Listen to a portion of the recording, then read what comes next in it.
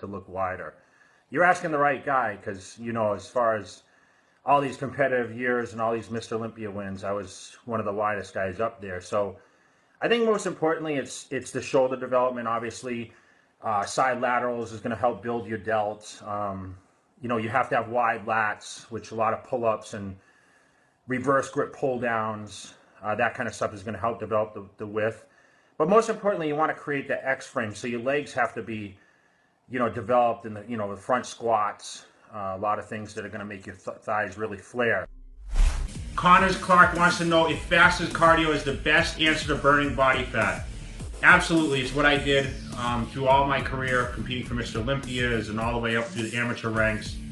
You always want to do cardio first thing in the morning, empty stomach. You know, if you want to take some branched chains or have a scoop of protein before, that's okay. But before you intake any food, I would suggest doing some sort of cardiovascular step mill, stair stepper, bike, incline treadmill, regular treadmill, shoot, walking outside. That's what I've been doing lately. So, Connors, make sure you just, you know, stay with that morning cardio, first thing in the morning, fasted, and you will see results rather quickly. So, good luck, Connors. We'll see you soon. Michael Eldling, it's about carb cycling. It's best to take the carbs in, cycle them, how you take them in when you're trying to get in shape.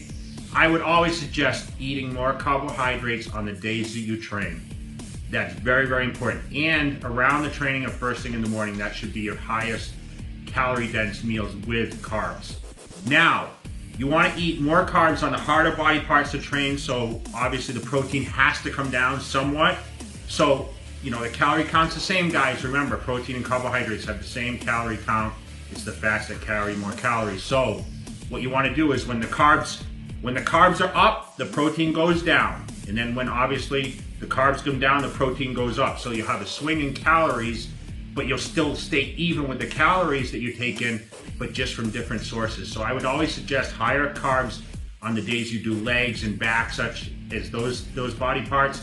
But obviously you don't have to eat as much when you're doing, you know, the chest and shoulders and arms, those kind of things. So carb cycling is the best. You just have to find what works best for you. Just remember to stay within your intake of what you need to keep a lean body level, and also, most importantly, keep the muscles full. So good luck, Mike. And Chris Ballard wants to know about stubborn calves. Most common question I get, besides big chest, people want to know how to get the calves developed. Stick with heavy weights, okay, rep range between 10 and 12 repetitions.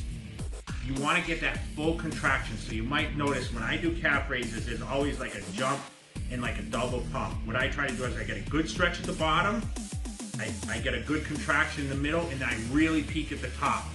Peak contraction and good stretch. Keep it just like any other body parts. Train them once every 5 to 7 days. You don't need to train them every day or every other day. I've done all the routines.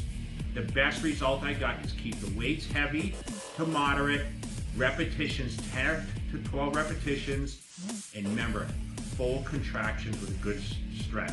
So Chris, stay with it. It just takes time, but you too can have championship calves. Good luck.